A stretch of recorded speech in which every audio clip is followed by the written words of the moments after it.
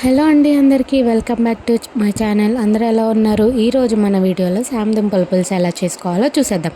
So ముందుగా నేను ఇక్కడ సామ్ దుంపల్ని వాటర్లో నీట్గా కడుక్కుంటున్నాను అనమాట. దీనికి చాలా డస్ట్ ఉంటుంది కాబట్టి కడుక్కుంటున్నాను. కడుక్కున్న తర్వాత మనం కుక్కర్లో వాటర్ పోసి ఉడకపెట్టుకోవాలన్నమాట 3 విజిల్లు వచ్చేంత వరకు. సో 3 విజిల్లు వచ్చిన తర్వాత మనం ఇలా పీల్ ఆఫ్ చేసుకొని పక్కన పెట్టుకుందాం.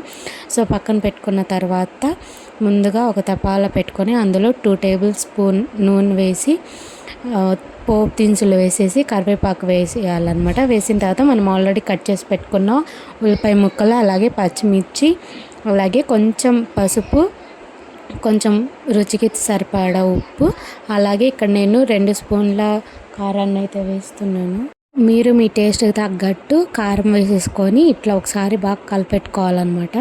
కలిపెట్టుకున్న తర్వాత ఆ ఉల్లిపాయలంతా మగ్గేంత వరకు మనం మూత పెట్టేసుకుందాము. ఈలోపు మనం ఆల్రెడీ ముందుగానే చింతపండు అనేది నానబెట్టుకున్నాను అనమాట. సో అది నీట్గా పిండుకున్నాను అనమాట. మనకి ఇక్కడ ఉల్లిపాయలు అనేవి బాగా మగ్గిపోయిన తర్వాత ఇప్పుడు టమాటోస్ యాడ్ చేస్తున్నాను అనమాట. టమాటోస్ యాడ్ చేసి ఒకసారి బాగా కలిపెట్టుకొని అది కూడా టమాటో నుంచి నీళ్ళు సపరేట్ అయ్యేంత వరకు మనం మూత పెట్టుకొని మగ్గనించుకోవాలి.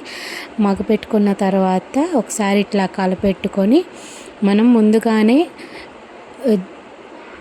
చేసి పెట్టుకున్న చింతపండు రసాన్ని ఇందులో యాడ్ చేస్తున్నాను.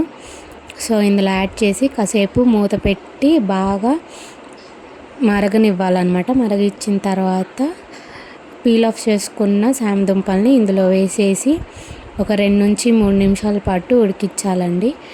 సో ఈ విధంగా కలుపుకొని నేను ఇక్కడ మూత పెట్టేసుకొని 5 నిమిషాల పాటు ఉడికిస్తున్నాను. ఇక్కడ నాకు బెల్లం అవైలబుల్లో లేదు కాబట్టి పంచదార వేస్తున్నాను. మీరు కావాలంటే బెల్లం అయినా వేసుకోవచ్చు అనమాట. సో ఇదండి ఇవాళ వీడియో.